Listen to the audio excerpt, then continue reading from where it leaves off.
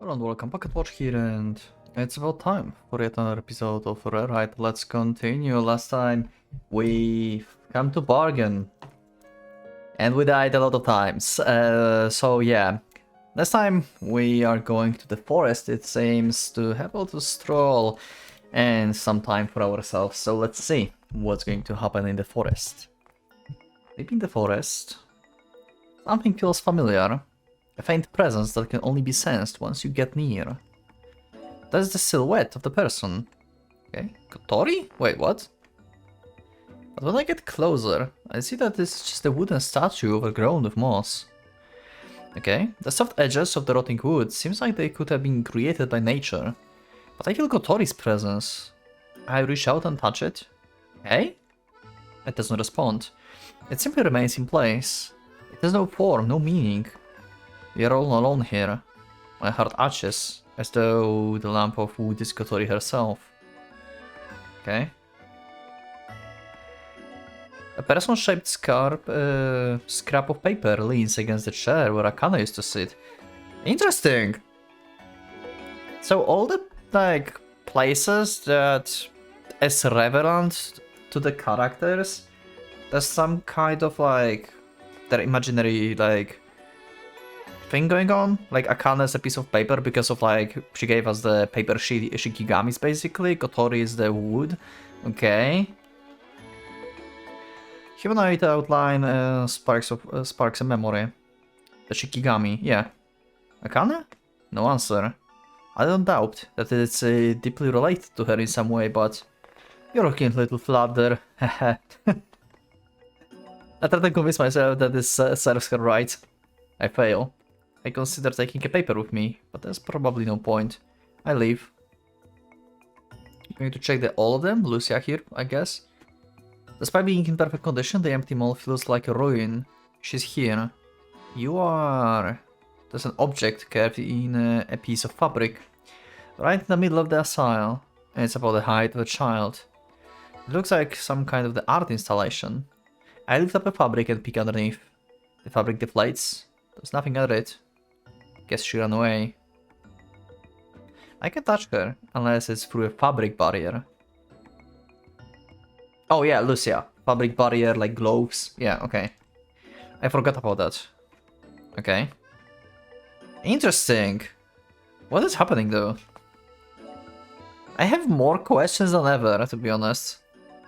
This is the garden. This is a Shishirin grill. Aww, Shizuru. Even if I wanted to use it, I don't have any charcoal or any fish to grill. I hear a clatter. When I look back, there's a freshly grilled sauri on top of the grill. Ah, you always were kind, Shizuru. But I'm good for now. There's a manor house, told the Tsuchihaya. As lavish and luxurious as ever. I head inside. This building too shows no sign of decay. Did the egomaniac who built this place want it to be some kind of landmark? A single pendant lies on the desk. This is all she had. Yeah. Should be pleased if I took it without asking. That's the pendant that the father gave her, right? After lightly dusting it off, I decided to leave. I thought the town was deserted, but that's not the case. It's faint, but there are imitations of life all around. Life not strong enough to hold a physical form, but not completely unmoored from this place. Perhaps you could call it an echo or an afterimage. I'm sure it's all connected. So, is this even taking... I don't think this takes place in real life.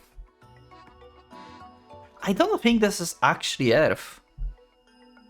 Maybe it's some kind of illusion Earth, maybe we are actually dreaming, or this is totally another dimension?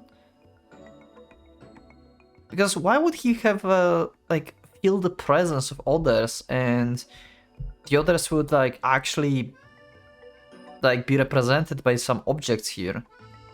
That makes no sense. That would have some randomly happened. And Kagari and I are at the center of this web. Okay. Kagari now tolerate me, at least compared to before. Having said that, if I make any sudden moves towards her, she immediately turns hostile. Right now, I'm sitting about 3 meters away from her. I'm just at the edge of the huge piece of paper. This is the boundary she's okay with. Step on the paper, and I'm dead.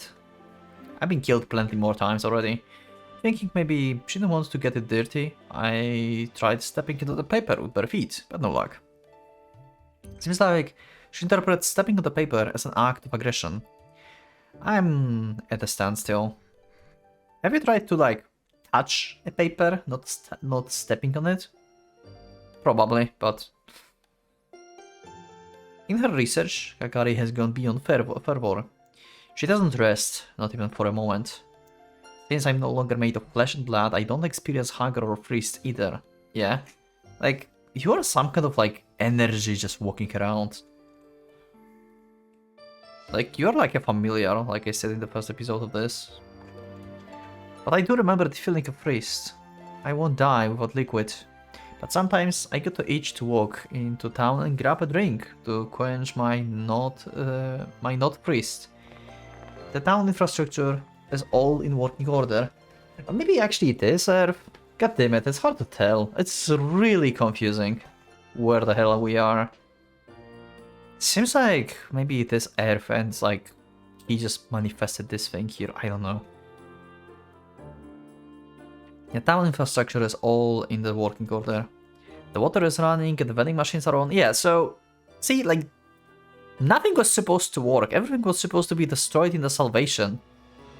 Like, the destruction, like, nothing, everything was stopped working in Akane Road. And here, it's like, everything's fine. Like, what? Every time I die, any goods I took with me respawn in the original place. Yeah, so basically a time loop, it seems. Like, everything gets respawned together with you. Okay. Electric lights are the only thing that's not working. The town must remain in the dark of night. And the only person who, like, remembers the time loop is Kotaro and Kagari. Seems like they're, like, aware, like, this place is not moving. It must. We all have things we must do. For Kagari, she is compelled to continue her research. I'm the only one not fulfilling my obligations. Also, have I checked the CG like in general? Yeah, I did. Cool. I'm the only one fulfilling my obligations. I'm simply watching. Sometimes I wish I could help Kagari. It's frustrating that I can't communicate with her. Although you could say it means that our relationship is free from performance, passive aggression, superficiality, or lies. A totally pure connection. It's something special and fulfilling, because the proximity I have to her right now wasn't won with smooth words. Gary hands stalls. She stays that way for a long time, not moving a muscle. Her research isn't going well. She comes to standstill like this from time to time. Is there really nothing I can do?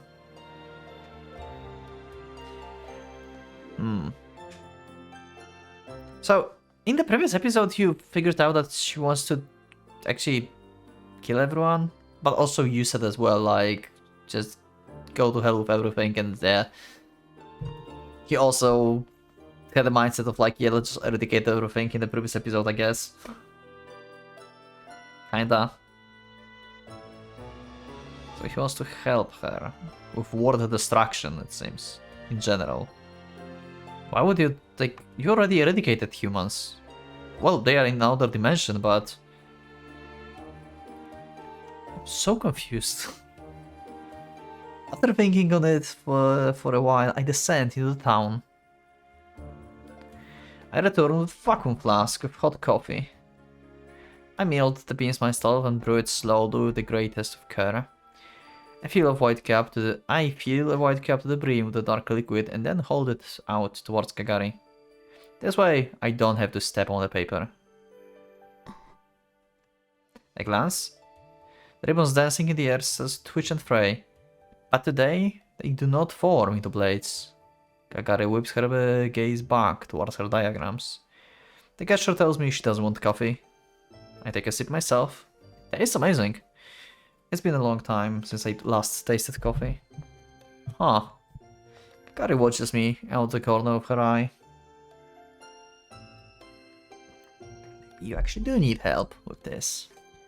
Next time she pauses in her work in a few months later, subjectively speaking, damn. It's still the same night, but like, it took like months. I've been standing in the same place for so long that the soles of my feet have taken root in the ground. With a great effort, I pulled them out. Damn! Oh, you've been like standing for a month here? Oh wow, okay. So you almost became a tree basically, like in some other road. My like only interpretation of this is that this is happening inside the life well, basically. Like this is like on Earth, like we have this well that Kagari like emerges from. Like this is inside of the well. Like this is like the insides of Earth. This is like the energy space, basically, something like that. I think like this is this dimension. Like I have no other explanation outside of this.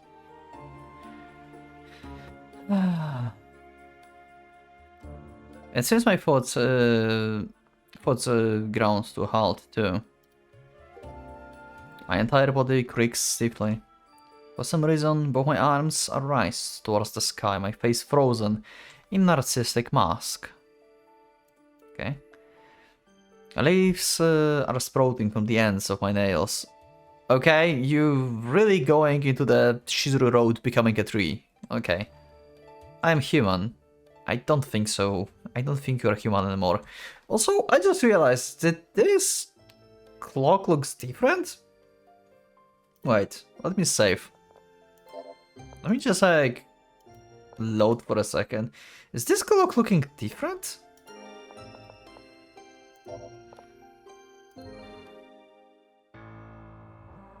No, it's the same. Okay, never mind. My bad.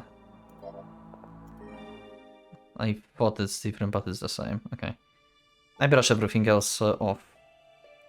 As a human being, it's time for me to drink a cup of coffee. I fill a cup from the flask. Out of the blue, Kagari meets my eyes. This is different. Here you go. I hold the cup up to her. Okay, she initiated the eye contact for the first time in I don't know how many years, probably. Okay. She knows her eyes, scrutinizing it. This goes on for about 4 days by my own personal definition of time. Finally, she accepts the cup from me. Okay, that's progress. I gasp. I wasn't expecting this. Kagari brings her lips to the rim of the cup, giving off a vibe of fine. I will drink your weird, muddy, pea-looking liquid. She's drinking it. She holds the now empty cup back out to me. I can tell whenever she's done or she wants a refill. I decided to fill it up again while she's still holding it. Ribbons whip out and knock the flask from my grip.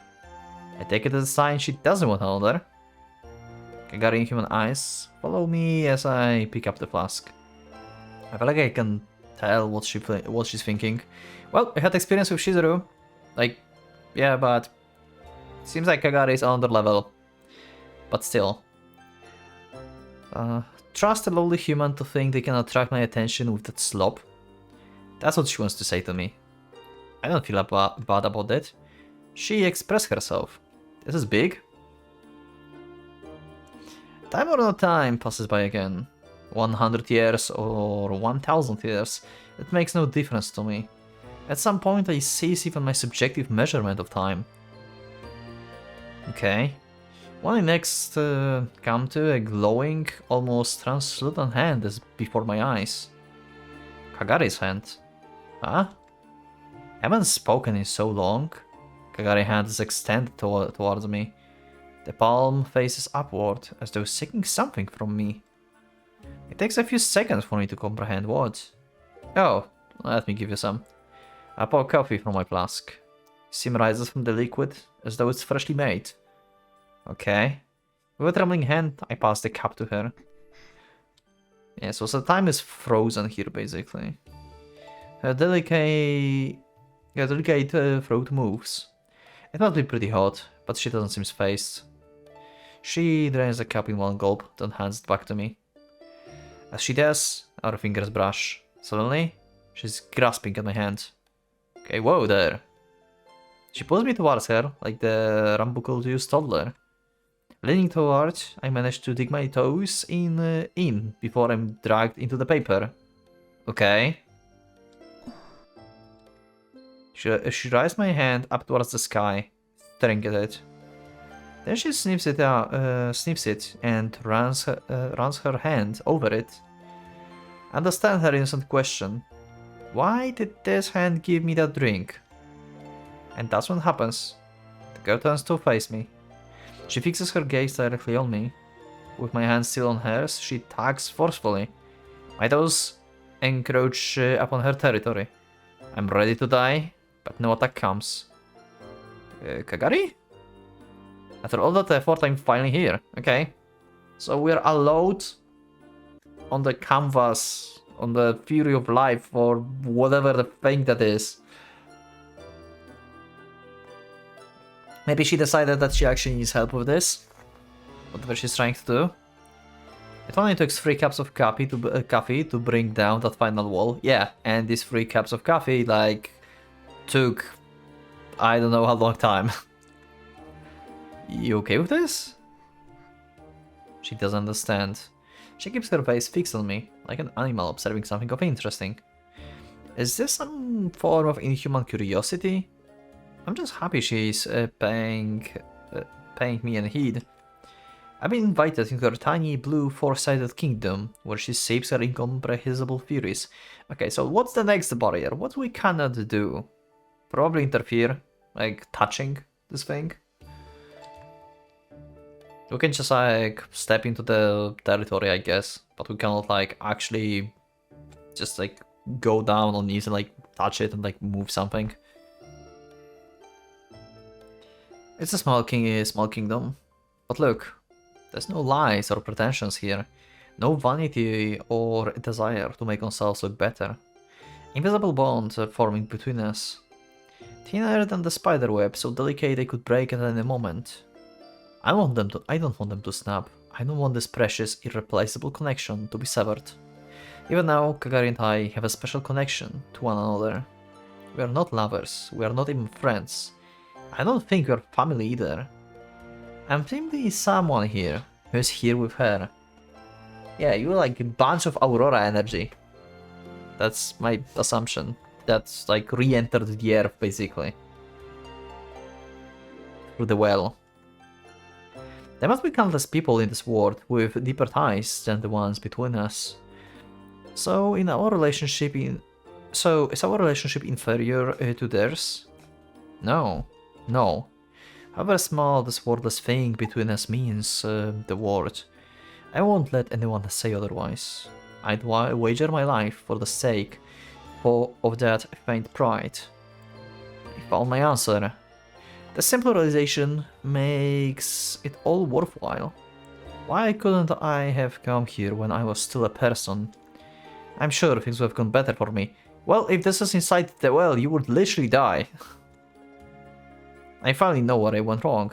After I stopped being human, I became aware of hot water sliding down my cheeks. Kagari scoops out a drop on her fingers and examines it in the moonlight. When I see the look on her face, I gasp. She's laughing. Okay. Last time we saw Kagari laugh was in Kotori Road, and that was a very sinister laugh.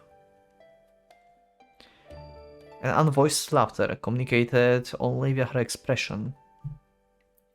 It's in the softening of her features, the crinkle around her eyes, and the slight upturn of her lips. Oh, Kagari, you're not some incomprehensible existence. I think this silently to myself, and I truly, deeply believe it. Okay.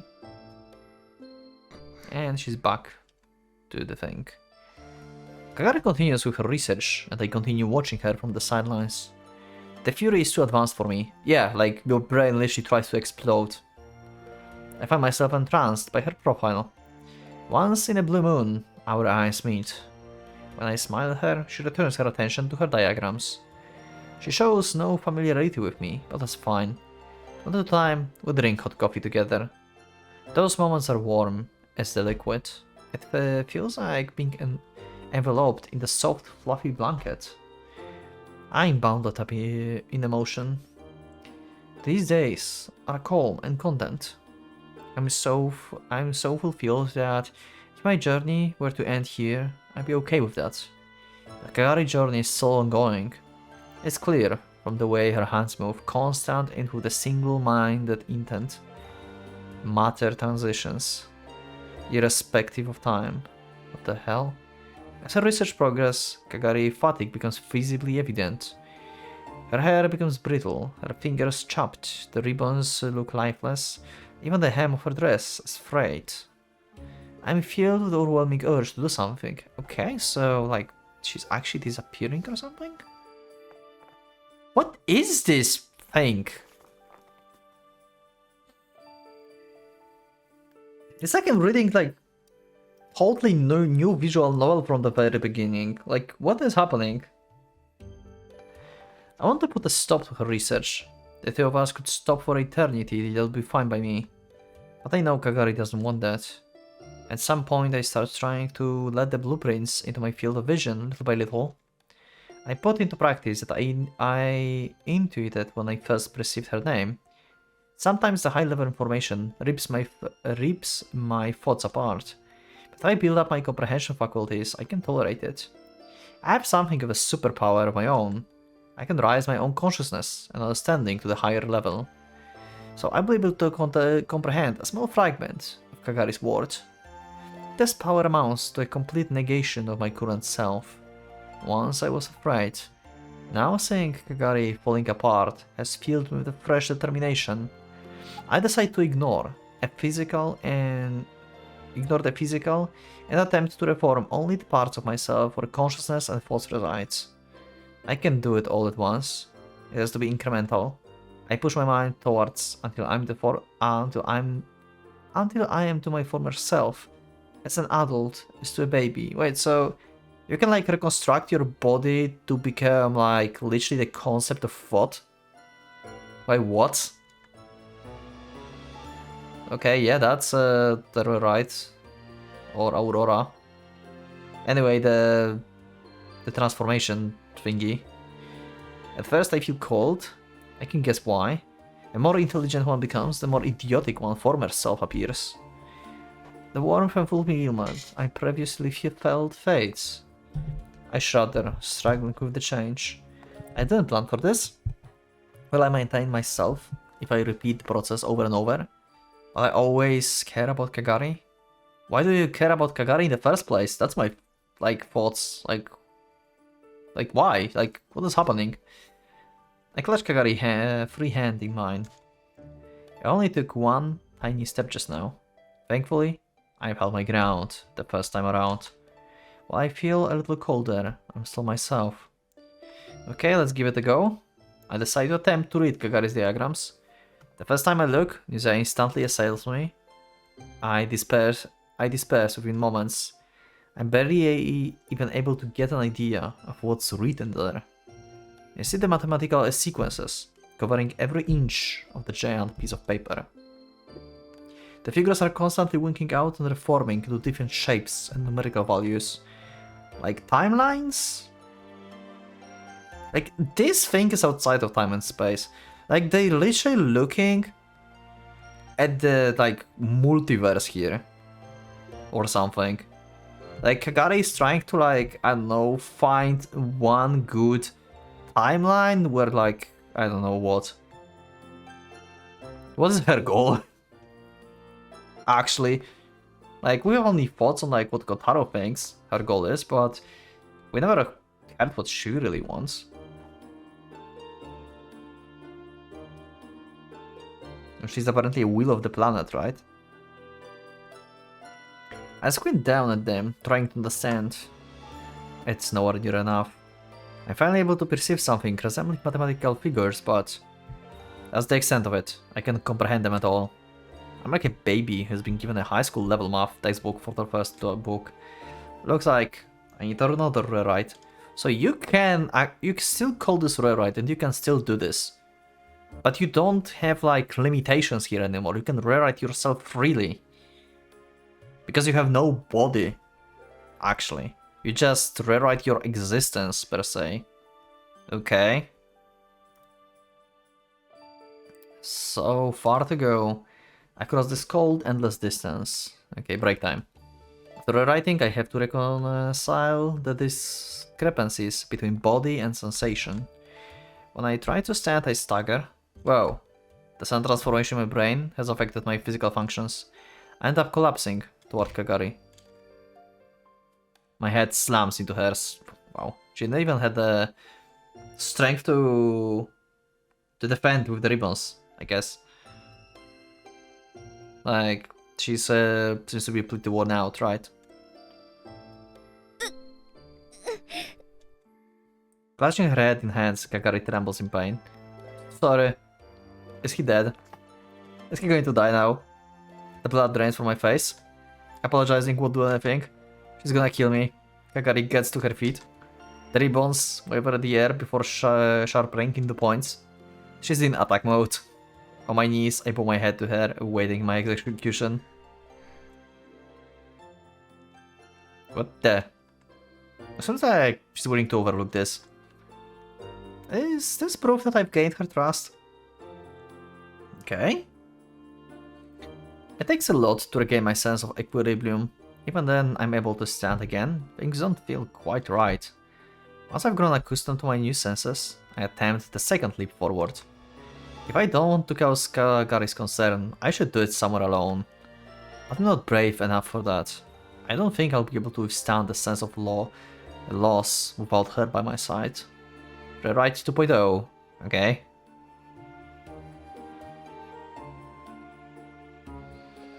It feels like the top of my skull is being ripped off and dragged up into the great height. I recall the dropping sensation you got in the elevator. And then it's over. Abruptly, I feel bitterly painfully cold. If there's a god in this cosmos, he must exist in a state of inconceivable agony.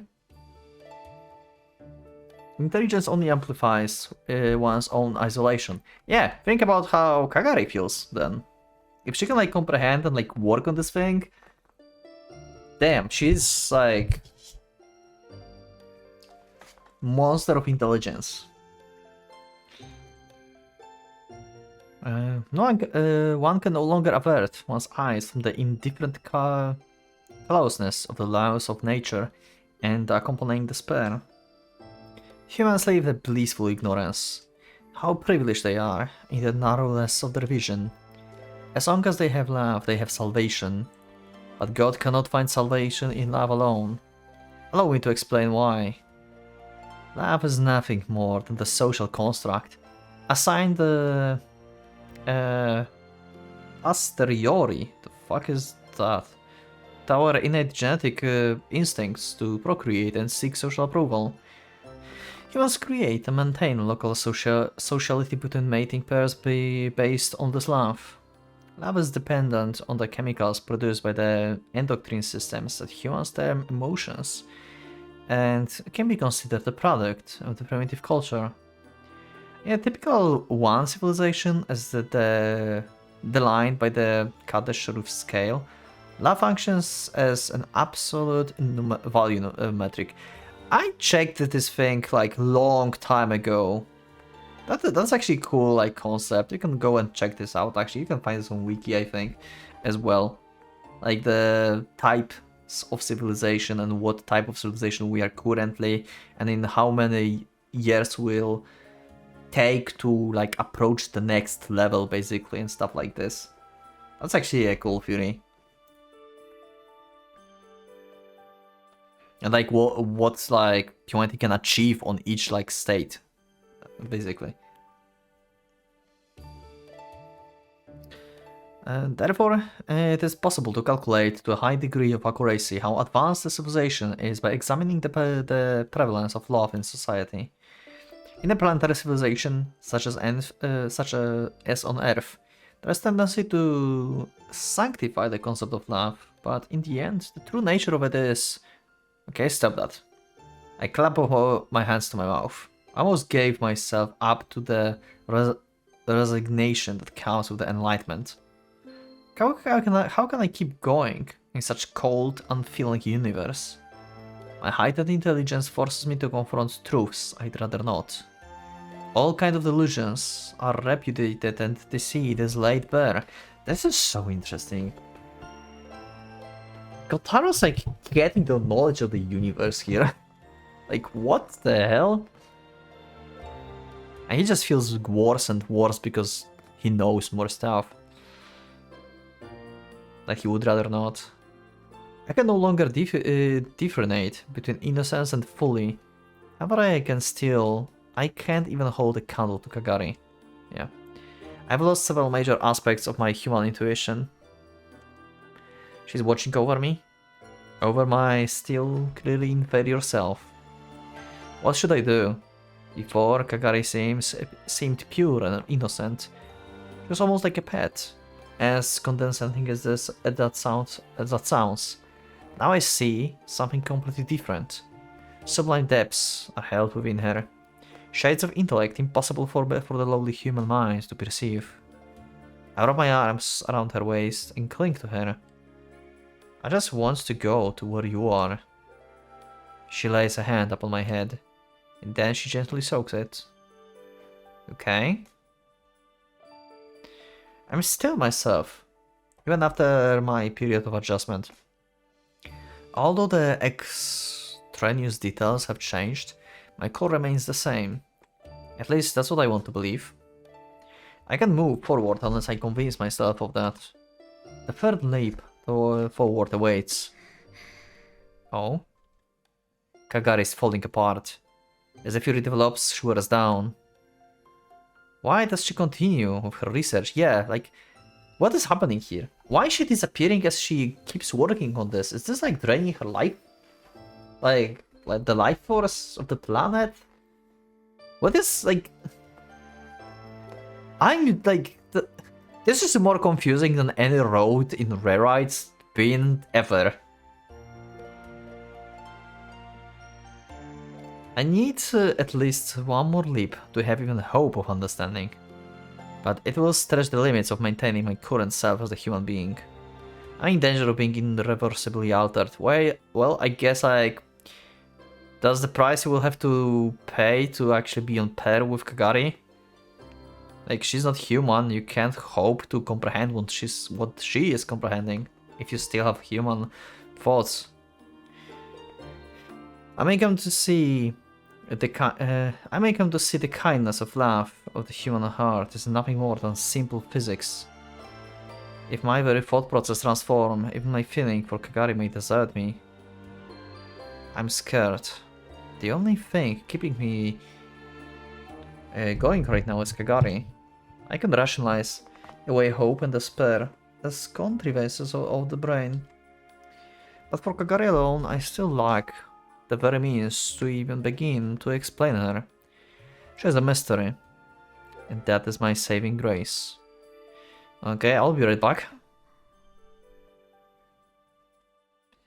I care so much for her. Why you care so much of her? I'm so confused. Why you became energy in like, well, you are inside the earth together with Kagari working on some mysterious multiverse timeline project.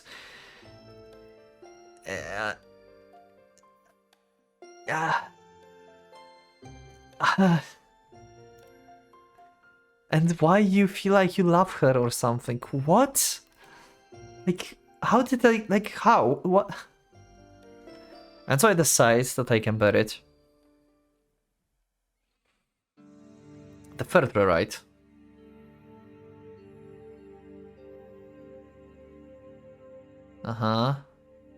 All at once, my consciousness and cognition elongates. Matter splits vertically. I realize that this time is an intersecting, illogical flow.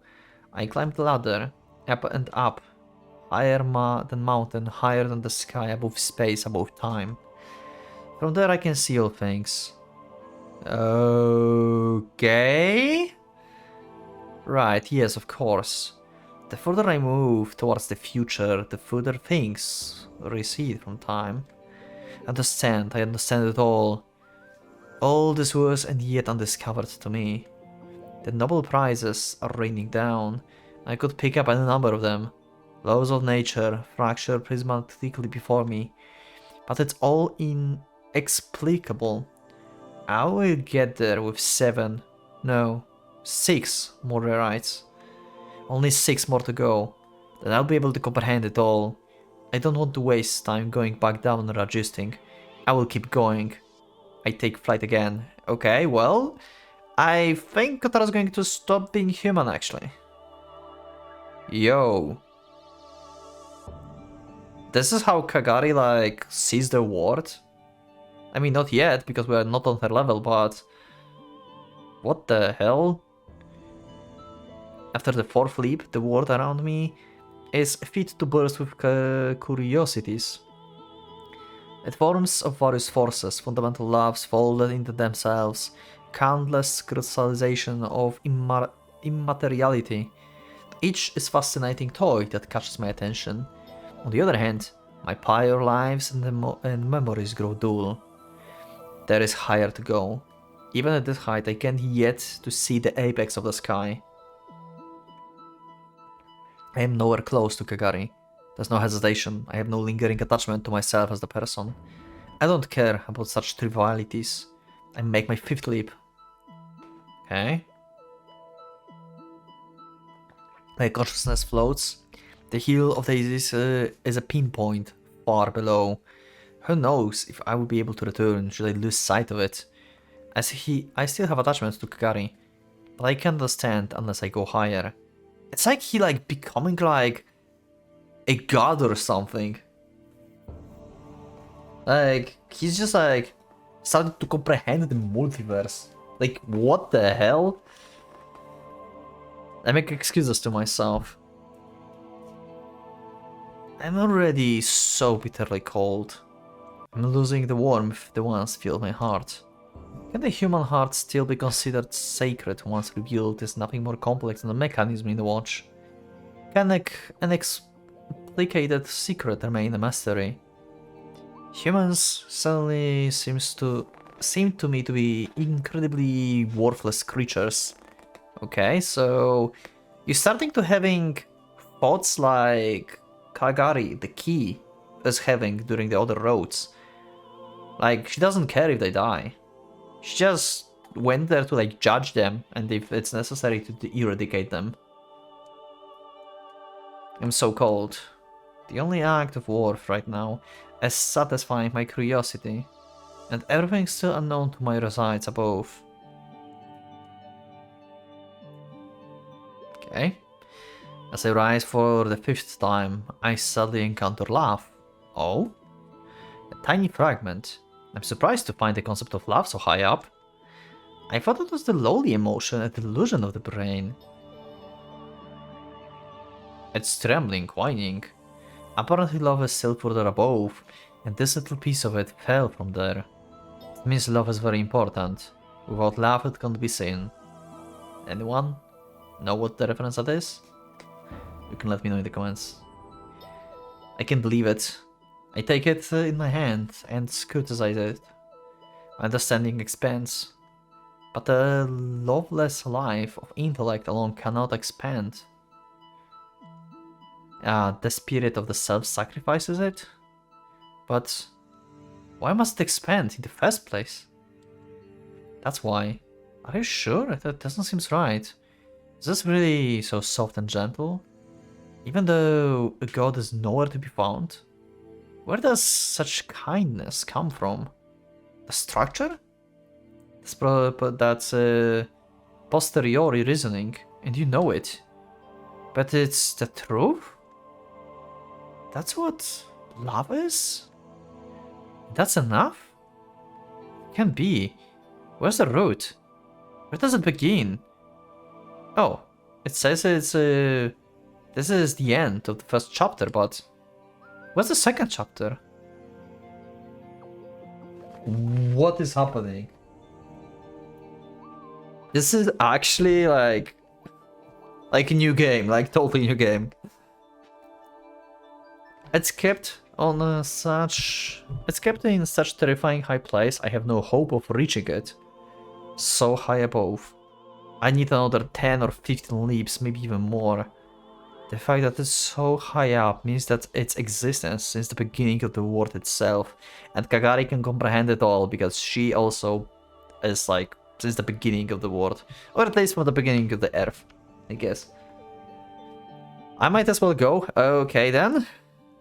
Well, if you have this ability to like rewrite yourself so much, then yeah, I guess. Kotaro's going to become a god of the multiverse here or something. I swear, like, what is happening? Go up and see for myself.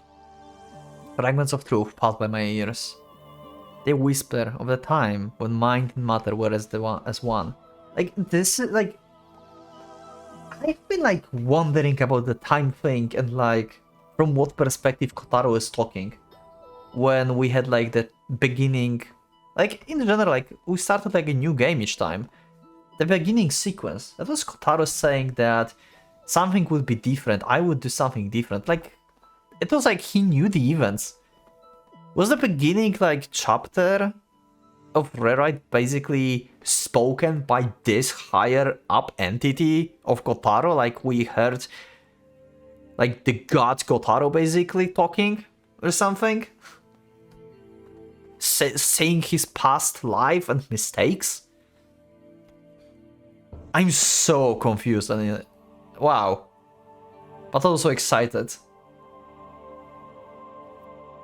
And they whisper at the time when mind and matter were as one, of civilization that were bettered and eradicated in less than a second, of the selective pressure of dispersion.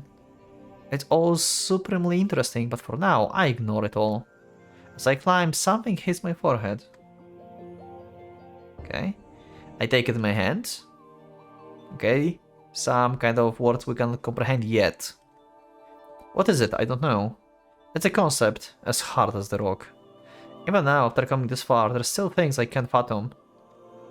It's no use. I can't crack this nut. It's hard as infinite. A true mystery. I feel like I won't be able to digest it after... I think I won't be able to digest it after even a dozens more rewrites. How far are we going? Huh? What's this? There's so many more similar things strewn down around here. So many things I can't comprehend. Okay, something and something. Or something. What the hell? Between and? And also... This reminds me of spoiler tags on Discord. Sometimes when like series is popular and like people actually talking on Discord about the thing, sometimes like when they use like spoiler tags so I won't get spoiled, like they do this, and I'm confused as fuck what the fuck they're hiding, and then I finish the game. And I check the spoiler tags, and this is some total bullshit that they just made up to make me, like, confused. This happened especially with, like... I think it mostly happened only in Umineko in Muramasa, actually, probably. Actually, a little bit in Desira, I think. Okay, we have, like, 3 dots now here. The further I climb, the more things I don't understand. And then... Okay, the whole sentence, it seems. A wall appears, or perhaps I should call it a ceiling. The way above is blocked with things absolutely impossible to comprehend. It's like a bedrock. Perhaps if I rewrote several hundred times. But by that point, would I still exist? I don't think you exist at this point anyway. So you may as well go. I see, so this is the human limit. Okay. This is infinitesimal amount. Is all that humans are capable of comprehending. Okay. So you are still like latching at your humanity here.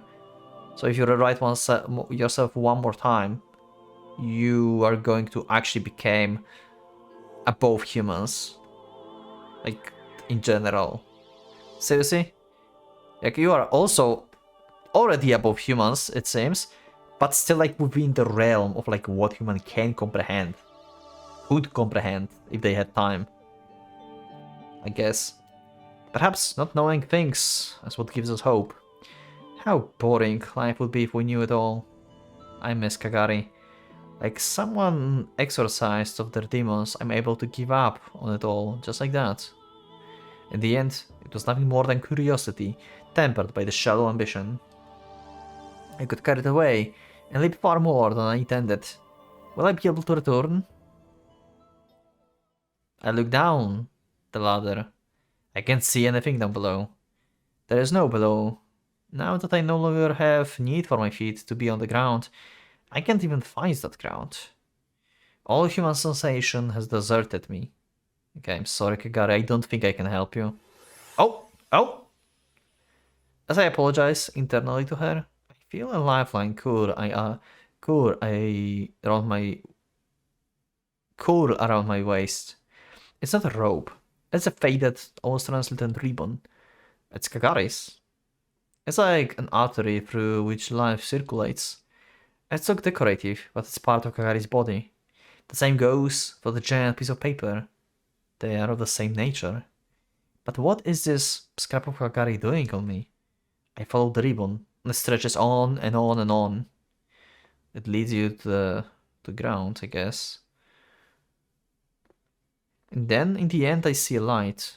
It shines brightly with the warmth of a heart. Of the turf, yeah. What's that? I desperately want to return to it. Suddenly, I'm being pulled. The ribbon drags me close. It's taking me down. The summit of all things recedes.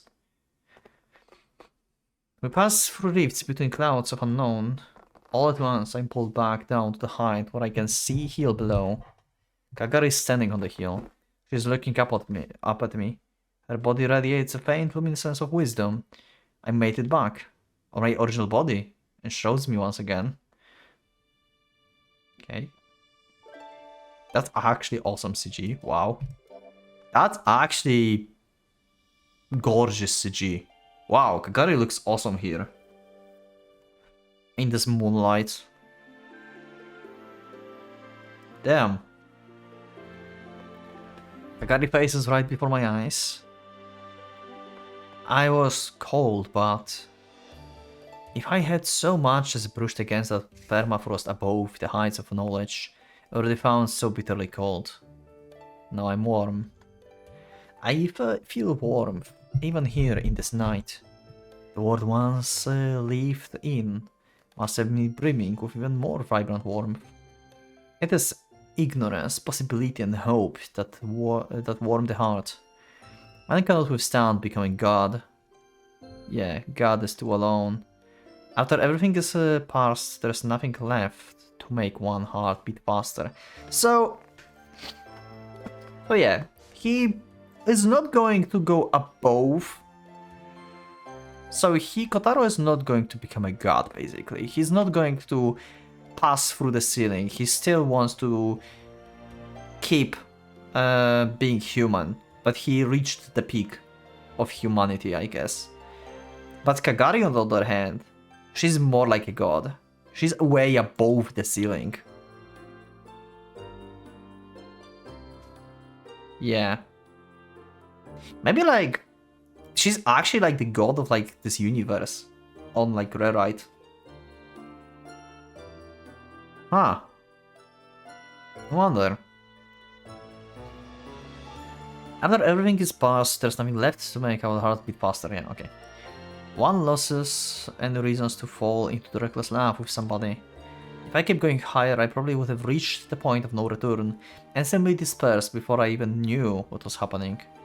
With no chance of being restored again. There's something I must do here. Kagari has my head on her lap. Yeah. Also, if she can comprehend so much, like more than, like way more than humans and stuff, she can keep her like human appearances. So, in a sense, if Kotaro would like actually pass through the ceiling at some point, in knowledge. Like, he would like still lose his like human emotions and stuff, just like Kagari. She doesn't like express much of the emotions. She's very calculating. But at the same time, he going to gain ability to rebuild his body and put consciousness into it. Because Kagari have a body. So at some point in knowledge, you are able to do this. So Kotaro is afraid of like actually just disappearing as the consciousness and stuff. But he could like potentially at some point create his own body again.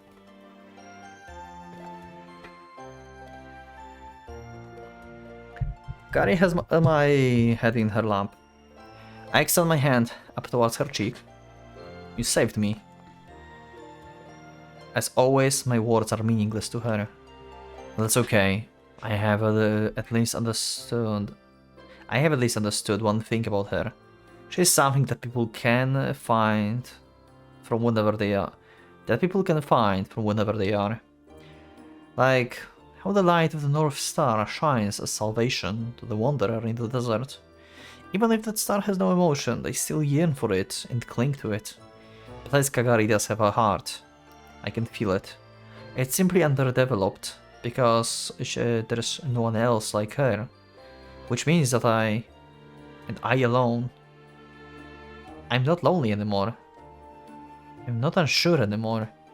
It seems silly now to have worried so much.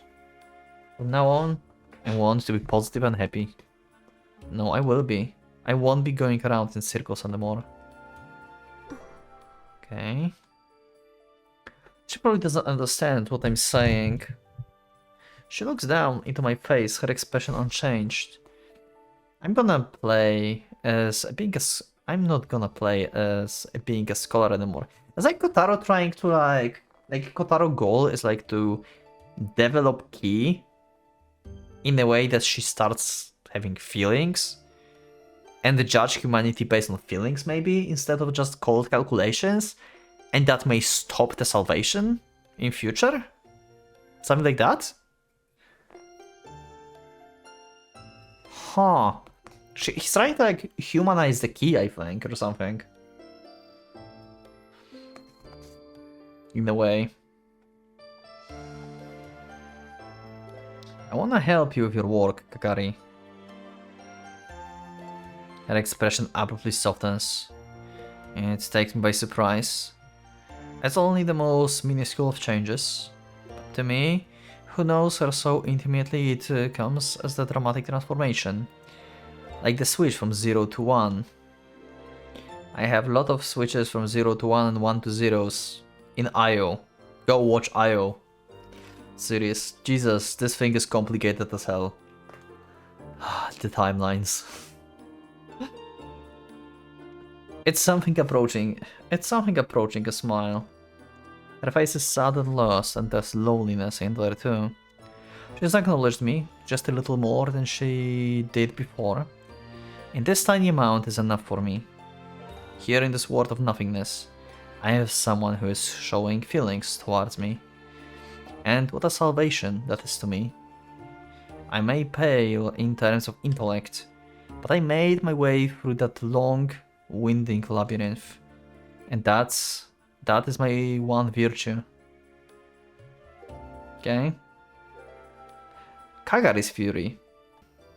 It's the fury of life. She chronicles it in a flowchart that forms the shape of the giant tree. Broadly speaking, it advances in the parallel with time. Okay. So the branching timelines, yeah, okay. So that's what we figured out. At the starting point, in the roots are accounts of the world's beginning. While it's incredibly obtuse, I can assert one thing from it. If the fury of life shares an origin with the world, then life is an excretable part of the world. I still don't know what that means though. That's just what I get from the what's written in the fury. So this blue sheet of paper is basically the tree that we see in the main menu. Is that what it is? Oh, it might be actually this tree, per se. Huh. Life in those early times is described as Aurora. Oh. Okay. The name means down in Latin. I wasn't aware before, but it's also where the term Aurora Borealis come from. It's also used to mean life and omnipotence, but it can be translated into the more appropriate word, miracle. That may sound like the cop-out, but I promise it's not. It's sort of a paradox. We call life a miracle because it's impossible to explain via laws of physics. Long ago, the world used to be very small. I'm talking about before the cosmos and the celestial bodies were formed. It was extremely limited world of less than 1 cubic centimeter. It was tiny, hot and violent. Imagine every substance that exists in the universe condensed into that tiny space, and you can get an idea of the incredible pressure. Not even the most resistant creature could survive it. Yet life was born from it. That life must have been distinct from any forms of action or reaction, and had no casual relationship to matter. Otherwise, it would have been torn apart by the environment. Think of it like a ghost, an existence of zero. You can't explain life without this Jesus, the words. Unprecedented. Something miracle. There are a lot of instances like this through scientific thoughts. But now at some point the world began an explosive expansion. Yeah. One after another, it birthed action and reaction, laws, physics, mothers, stars, metals. It's all still expanding to this day. In the beginning, life probably floated around in this violent world free from matter. Then, for some reason, it settled on the planet. Life can develop without the perfect environment. The universe is a harsh place. If we calculate the probability of life occurring as close to zero, some even argue that the existence of such exact conditions is a statistical impossibility. Yet here we are. The energy and forces within the planet helped birth life. It never relied on mere coincidence. The environment creates its own order from the chaos. That is the nature of life, like divine providence. But the Aurora had no will of its own. It was no more than the instinct to arrange the necessary circumstances to bring forth life, which is why we cannot call it God. Then somehow the Aurora birthed the key, yeah? To destroy the civilization. I'm not sure about this part.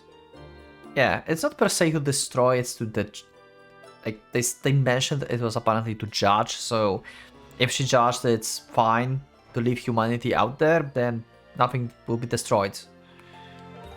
I tried to cram in too much at once. My overloaded brain grows within my skull. I need to take a break. Beside me, Kagari continues to research with a single-minded dedication. She's currently working on the section of one of the branches. The thick, trunk-like road splinters off into branches that spread out like fan-like. Each branch is thin and fragile, and they soon wither. Does this represent the end of the world? It's too complex beyond my comprehension. I need coffee. Time for the pick-me-up. Okay. Okay, we're back at the city. Mannequins dressed to the nines pose in windows, and shelves display the rows of wares. In every department store, the aisles are filled with the food and toys. None of it even ever goes bad or gets dusty. It continues to exist in the exact same state. I can get anything I need, although I don't really need anything as I am now. I take in the sights of the stores and I long to feel the moonlight on my skin. I wonder the streets between them. Something flashes across my vision. Huh? There are no other dwellers in this eternal night. I must have imagined it. No, something is moving. Okay.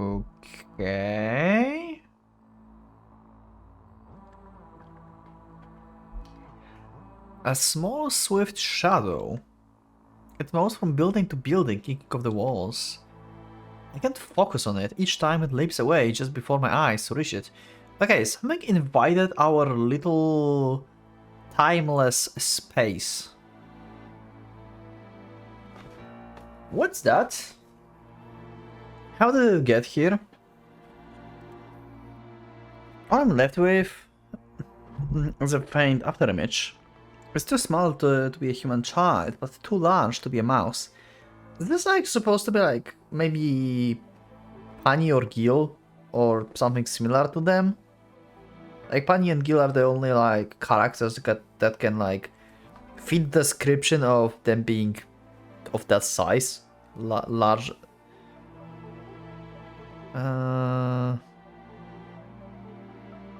Actually, actually, it's less than the mouse. So maybe not, actually. Never mind. It's too fast to be either of them. Maybe it is. I need to get a better look. Its speed may be too much for me, but I can make up for it with intellect. Its moves are incredibly predictable. By anticipating its next moves, I'm able to get behind it. It's gonna be right here. Feigning a dash, I use the momentum to kick off the wall and land right in front of the shadow. Weird. Small creature huddles in the middle of the road. I still can't tell what it is. Is that a dog or a cat? This creature I've never seen before. I get the feeling it's not any sort of defined animal. Like it's nothing more than the concept of a small creature. I better catch it and examine it. Okay. Oh, what the fuck is that? Okay, that's not what I expected. Okay, little demon thing.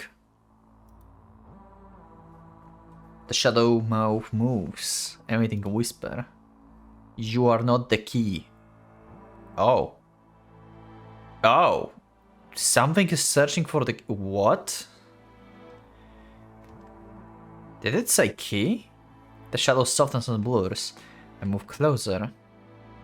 Okay, what is happening? Something is hunting the key even inside the well? Maybe it's not the inside the well. I don't even know anymore what is happening.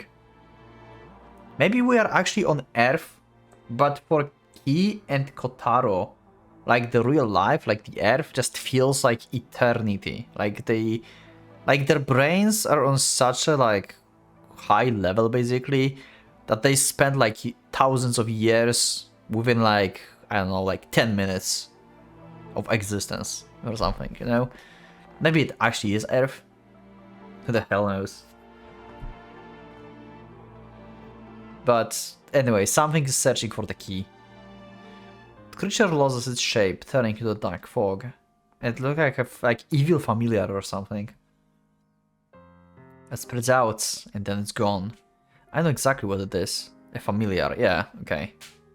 So, who sent this? Why does it know the key? Aren't we like supposed to be like the only ones left here? Where are we? I sip on a coffee hot enough to scald my tongue. Kagari drinks too. Catching her mark in both hands, she blows on it like the bugler before gulping down the liquid down one go. After quickly draining her drink, she returns to her research. It's so quiet. Silence rules the night. The process of revisioning her theory, Kagari occasionally cuts out sequences and discards them. Okay. Also, shouldn't it be good to mention her that we met something that want to find her? They twist and writhe like the fish swimming through the sky, then splash to the ground and sink into it. I want to see which parts she's getting rid of, but I haven't had the opportunity. Then, as I'm resting, Kagari just so happens to cut out a part. As the formula wriggles in the air, I'm able to catch it. Ha, gotcha. Location, ocean, geology, poor in natural resources, considerable barriers to life. Heck is this about? Okay, so she's trying to improve the world, it seems. She just deleted, like, some concept of, like, bad place for life. Huh. So does her, like, actually thinking this affects the world itself somehow? Can she manipulate the past? Can she see the future in these equations? Can she manipulate the future with it? Huh. What is this about? It's a history of the Earth. Information about how the surrounding area was once a sea. It's hard to imagine what cutting out this information would change and in what way. But if Kagari deems it unnecessary, it has to mean something. I release it. It flees, scattering zeros and ones and e's as it goes. I have no idea. I can converse with Kagari, but I might be able to communicate my intents to her with numbers. Amicable numbers are probably best, as they are easy to understand. Passive numbers where the sum of the proper divisions of each is equal to the other. Please no math, goddammit, I know Kotaro that you reached the ceiling of, like, human comprehension and stuff. Please no math, oh my god. Math is just my nemesis. Please no. The numbers themselves are different, but when looked at from the mathematical perspective, they are close and familiar. I grab two pieces of the notepaper. I write 284 on one and 220 on the other. Then I tap Kagari on the shoulder. I pass her the note that says 284. She stares intently at the figure. On its own, it means nothing. When she looks up at me, I show her my piece of paper with 220 on it. Is this gonna work? For a while there is no response from her. In subjective time, she gives no response for around 3 months. This is just batshit crazy. What is happening? Oh, now she realized something. Okay, why are you blushing? What did you say to her? Why we are speaking math? I mean, like, people say math is the language of the universe or something like that. Seems like that's the concept here as well. And I can hardly believe it. She flashes and looks down. You're kidding me? I'm totally frustrated. What did you say to her? Translate, please. I need translation. What did you think about what I'm doing? I get to my feet, run through the forest, and rip off my shirt. What? I need to bare my skin. Why? I couldn't tell you. I run at full speed, yet it doesn't seem that my emotions are rolling within me. So they explode out of me. Boomerang! I shout, I leap. I'm so goddamn confused. This feels like Kotaro. Though. A tree branch crashes into my stomach, my body bending around it, and in the shape of the boomerang. This is so random. I guess like that was like some kind of question about love or something for whatever reason. Because she like got frustrated and he was like, wait, what, seriously? And then like he got like, no way, and it's like, what? I'm so confused. Catching a blood, I crumbled to the ground. At least I'm calm. Clutching my head, I groan weakly, overcome with shame. Well, I wasn't expecting that. Did you really like ask her out on a date or something? I don't know. Does she have a concept of this? Maybe. I get up, head to the hill. I don't need to sleep, but recently I've been taking naps. It's because the burden on me has grown. Because I've been looking over the fury together with Kagari. Nosebleeds and headaches are common side effects of absorbing such high density information. When I lie down at home to rest, memories rise to the surface of my mind like bubbles. And I can tell whenever I'm flesh and blood or merely a phantom. I can't believe that that the jumble of memories from my infancy and lamentation of my youth are real. I've already made peace with the idea that I myself may not be real. But Kagari is. I'm supposed to be her assistant, yet I can hardly say I'm doing a good job at it. I wish there was something I could really do to help. Then there would be some value in me being here. Kagari isn't there. Oh, that's unusual. All that's left behind is a blueprint for the Fury. There's nothing quite like gazing out at the moon alone. I sit and look down at the Fury. It spreads out in the shape of the giant tree. The research is about 98% complete. Oh! Wow! Okay. What will happen when we actually complete this then? Only 2% left to go. I start reading from the roots, eventually making it up to the fan of the branches. I skip over the parts I don't understand. That means I only get a vague understanding, but it's fine. Fury of Life is a history of evolution. Fury of Life. But now I know it better even than the most qualified scholar on the subject. I know all about the process by which nucleic acids came together to form the building blocks of life. About the reactions that took place under the Earth-reducing atmosphere. About the chicken and the egg. What came first? Chicken or the egg? Tell me!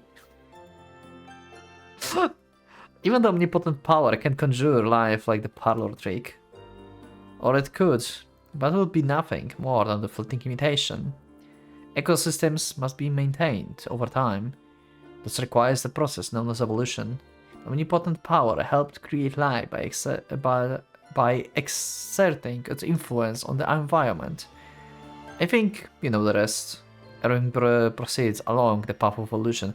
Also, by the way, to be honest, I never really thought about the chicken and the egg thing.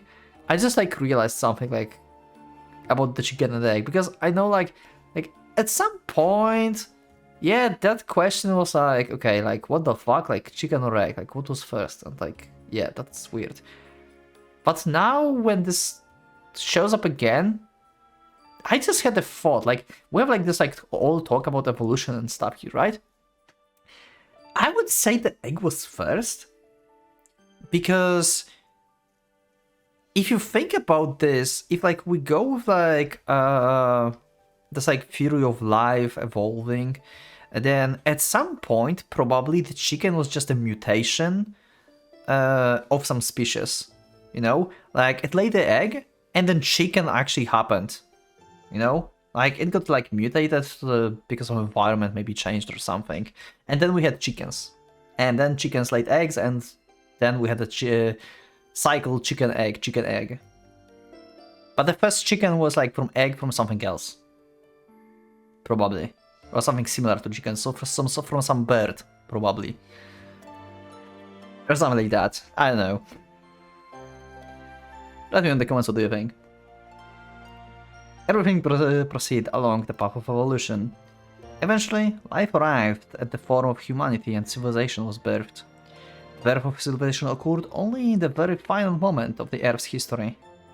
When the tree of life reaches the stage where humans are developing civilization, it abruptly starts to branch off.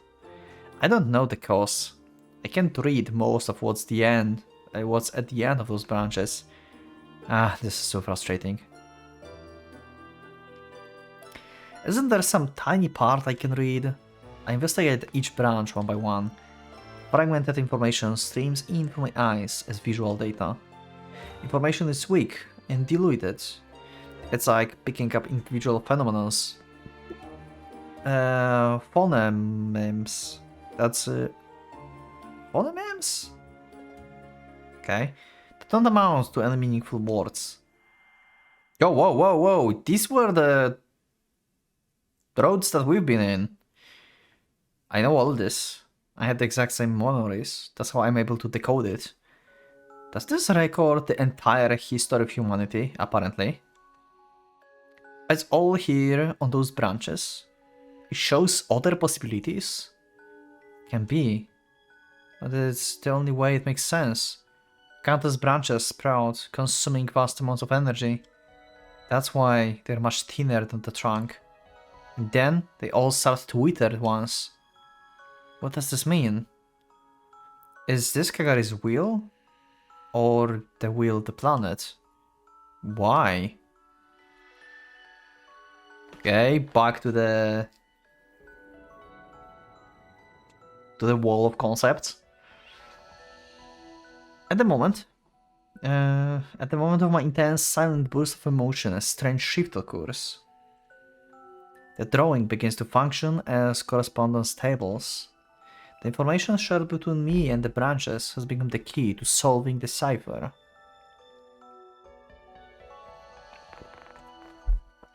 Okay.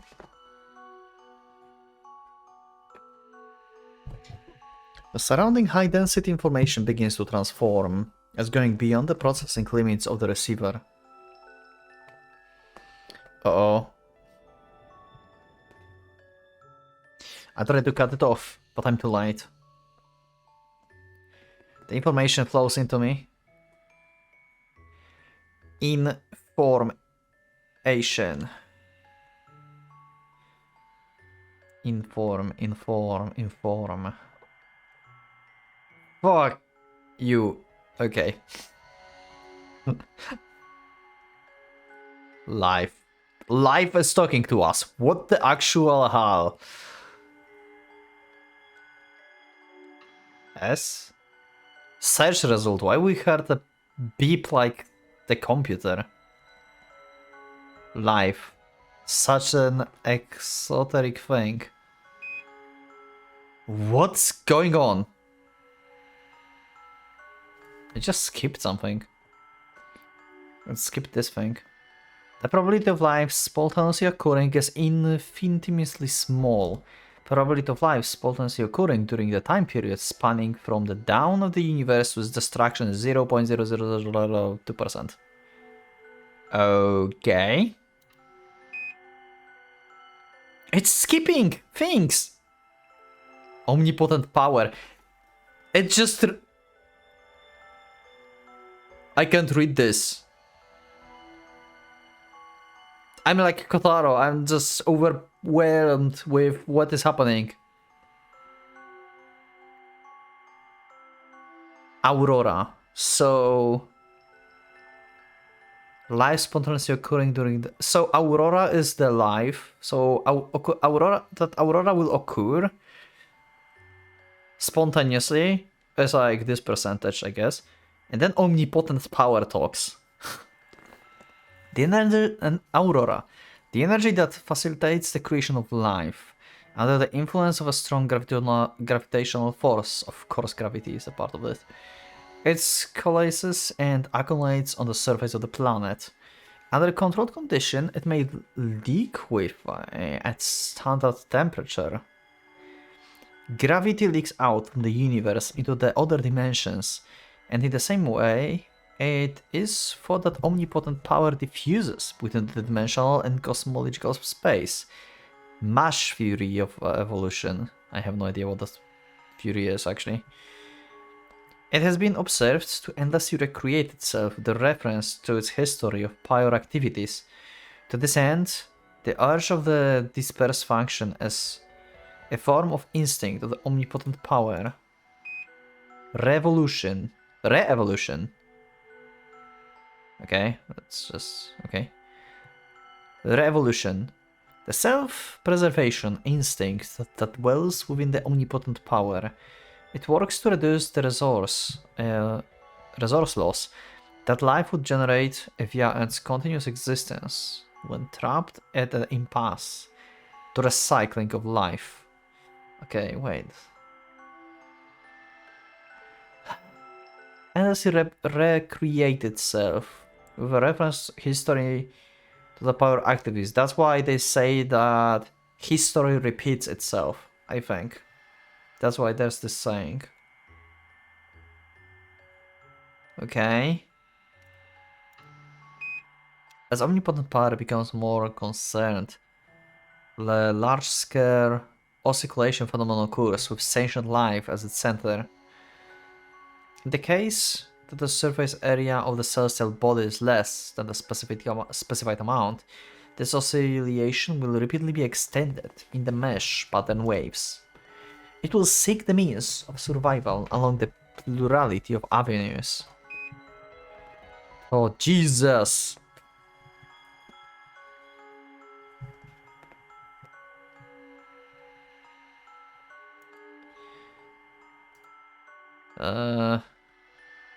Phylogenetic tree of possibilities.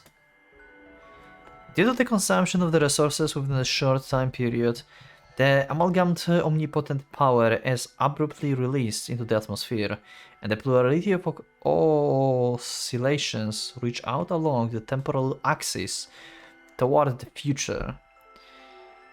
The dispersive pressure contained within the omnipotent power pushes it towards the future. In other words, it grows outward in a tangle of the tree branches, just like a real plant. Garden civilization. A form of... okay, civilization 1. Okay. A form of type 1 civilization on cell bodies of limited surface area, in which the rewriting of physical constants is facilitated. Okay. Life existence becomes easier within such limited civilizations. Yet at the same time it lacks in material power, and as such it is difficult to raise intelligent life to a higher level. What the heck? And now what the heck is talking? What is happening?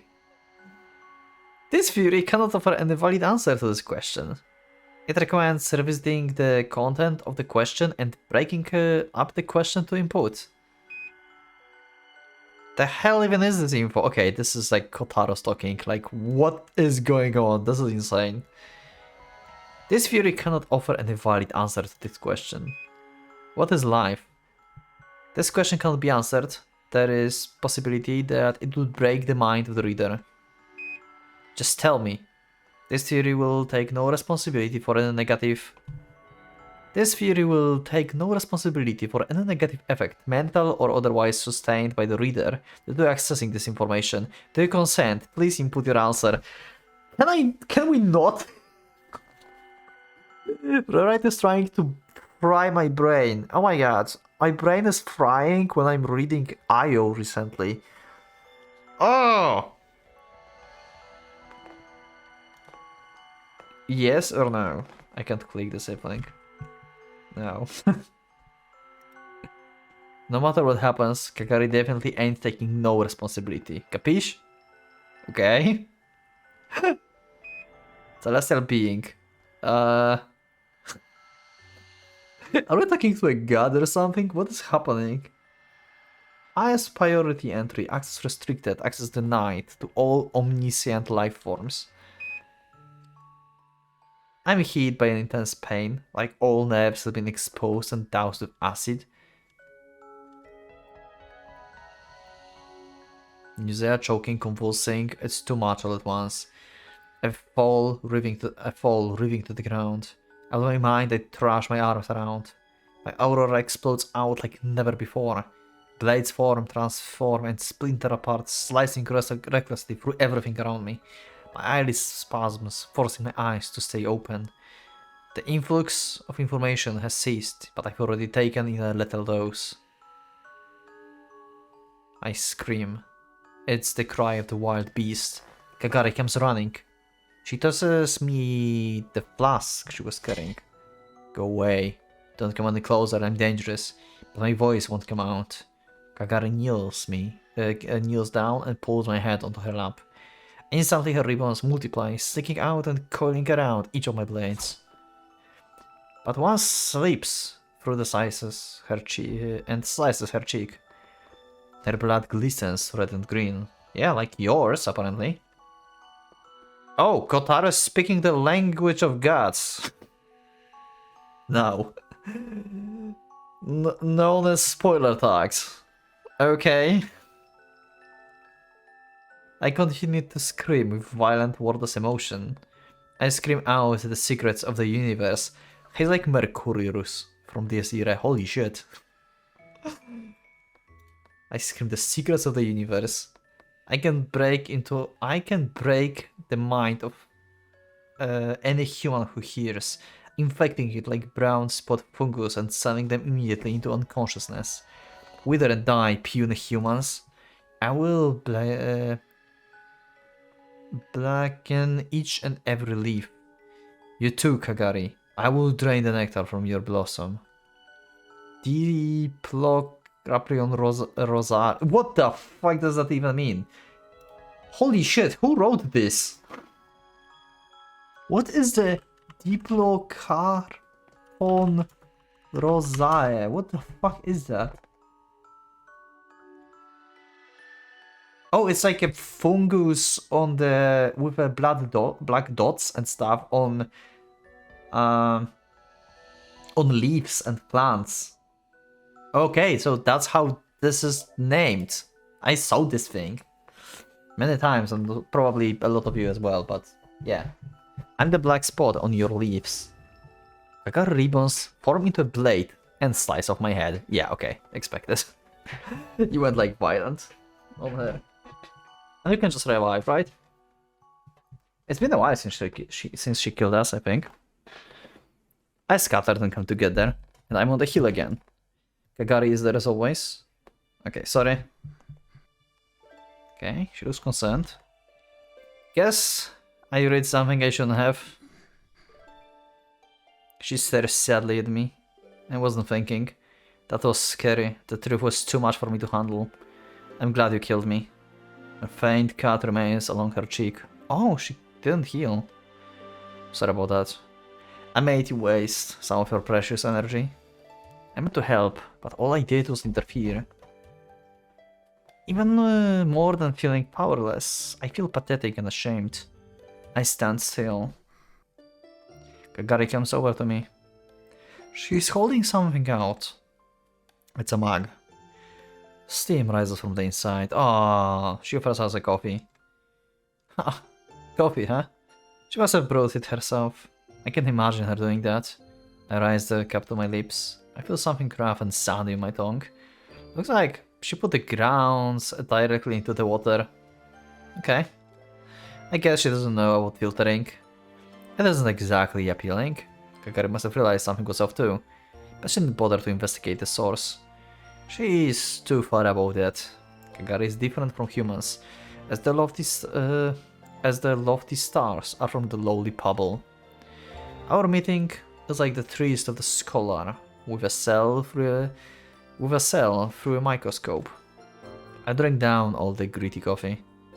When I'm finished, Kagari invites me over to her research. I sit beside her, as usual. Her research is reaching its climax. It's obvious from her condition. So, she's going to disappear if she finishes this research? Is she really trying to create the world where like salvation and the key is not going to be needed? So when the world is going to be perfect, then there's no need for the key anymore. So the planet is just going to reabsorb her or something. It's obvious from her condition. Also, we still have like this like little weird familiar like evil thing from the city. Like, what was the deal with that? It's obvious from her condition. The further it progresses, the weaker she becomes. The fear of life isn't merely academic. It corresponds directly to real-life events. All information gathers here at Kagari's feet, like concentrating the sunlight through the lens of the single spot. That's what the fury is. The moon on the surface of the lake. An image cast by reality. Kagari is the one who searches. A type of function, so to speak. Kagari is seeking possibilities for the existence of life. I have a vision. A single tree grows inside the building. Although it spreads its branches, is obstructed by the walls and the roof. One by one, the branches wither. Kagari's research is searching for the hole. If a hole can be found, then even just a single branch could survive. Even Kagari doesn't know whether or not there is a hole in to be found, because it's all phenomena. The branches spread out, working as a search function for possibilities. It's a very dramatic process. Now I know why Kagari takes the same form as the key. The key will destroy the world. This will be repeated again and again, no matter which possibility it attempts to pursue. What motivates her? Hatred? I don't think so. The key behavior doesn't align with any such thing strong emotions. Rather, it seems emotionless, even machine-like. Yeah, pretty much. It's clear that the key is not bringing about destruction out of malice. To put the name of it, it's called instinct. The key is the instinct of the cosmos. Similar to the innate instinct of all living creatures, it is a mechanism to increase the chances of life thriving. Okay.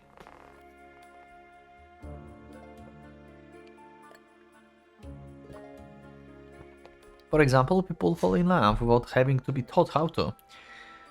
And the root of this is the innate desire to leave behind offspring. So what does the instinct of the planet crave? It's probably the same whether we're talking about people or insects or planets. Propagation. Most organisms want to have offsprings while they are young. In the same way, planets want to leave behind their progeny while they still have energy. And so, the key induces the re-evolution at the point when civilization begins to waste resources. So that it can hit the reset button before the energy is depleted. Of course, this is a great calamity for the human race at the time, but to the planet, it's merely a manifestation of its all-consuming desire for survival. There's no ill will in it. After thinking it through this far, I shuddered. This all means that the Kagari I see before me now is simply... My entire body trembles. Simply what? Simply what? Kagari? When I call her name, she looks my way. I lean in towards her, and then, for the briefest moments, my lips brush hers. Oh? Okay. For it all, she remains blank. Although she mimicking the form of the person, she isn't human. So even a sudden kiss doesn't have an effect. How dull. I can't help but laugh. When it comes to it, Kagari is simply a phenomenon. An existence that personifies the instinct of the planet. Yet I feel just the slightest sense of autonomous will from her. The intent of Kagari as an individual. I'm probably the only human who can come here. Yeah, probably, because I don't know why and what is this place and thing, but apparently because you are made out of Aurora or something. Which means I'm the only one who can become your friend, and that's what I want to do. I will protect you, Kagari. She stares blankly at me. I know she doesn't understand, but even if all of creation amounts to no more than the emotionless physics, I want to find my own significance within it. I want to protect this delicate phenomenon. Okay. At one point, Kagari collapses.